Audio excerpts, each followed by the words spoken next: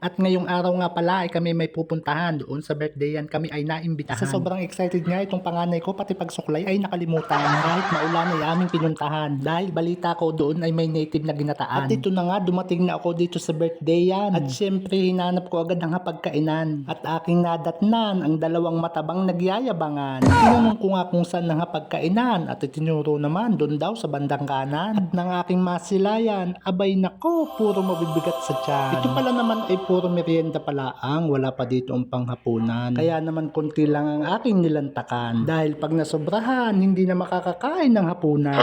Habang ako'y nag-iikot ay nakita ko nga dito si mama na ayaw humarap sa camera. Pero sa sandaling ito ay nag-opa pa siya. O diba ang saya? At nang sinet up ko na nga dito ang camera, nahuli ko si ate sa lechon nakatabi. Kaya naman aking sinabi, ate, ang high blood baka umatake. At sinimulan na nga nila ang kantahan para maumpisahan na rin ang kainan.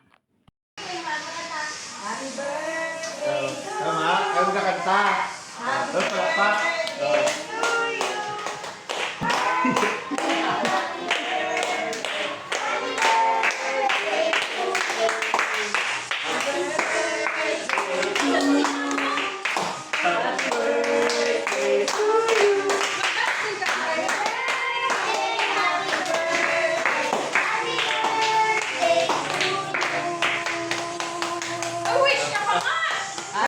At syempre, huwag kalimutang batiin ang birthday boy.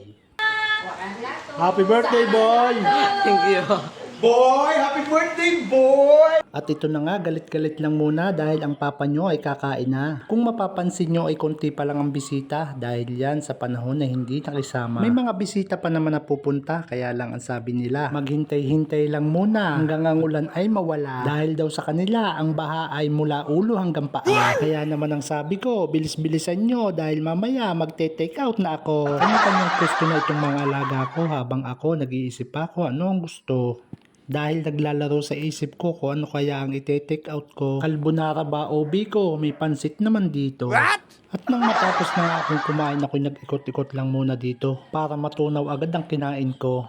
At mamaya ay lalantak na naman ako. Habang nag-iikot-ikot nga ako dito sa loob ng bahay, may napansin ako. Isang dalagang Pilipina. Dito sa gilid ay nagtatago pala siya. Kaya ang sabi ko sa kanya,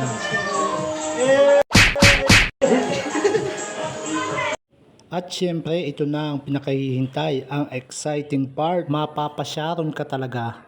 Balutin mo ako sa iwaga ng mga handaan.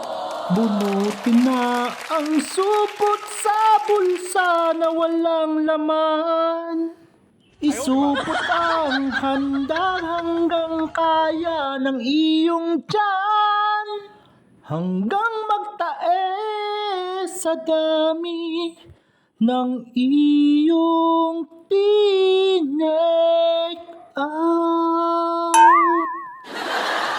I love you mga paps. Ay, tusok.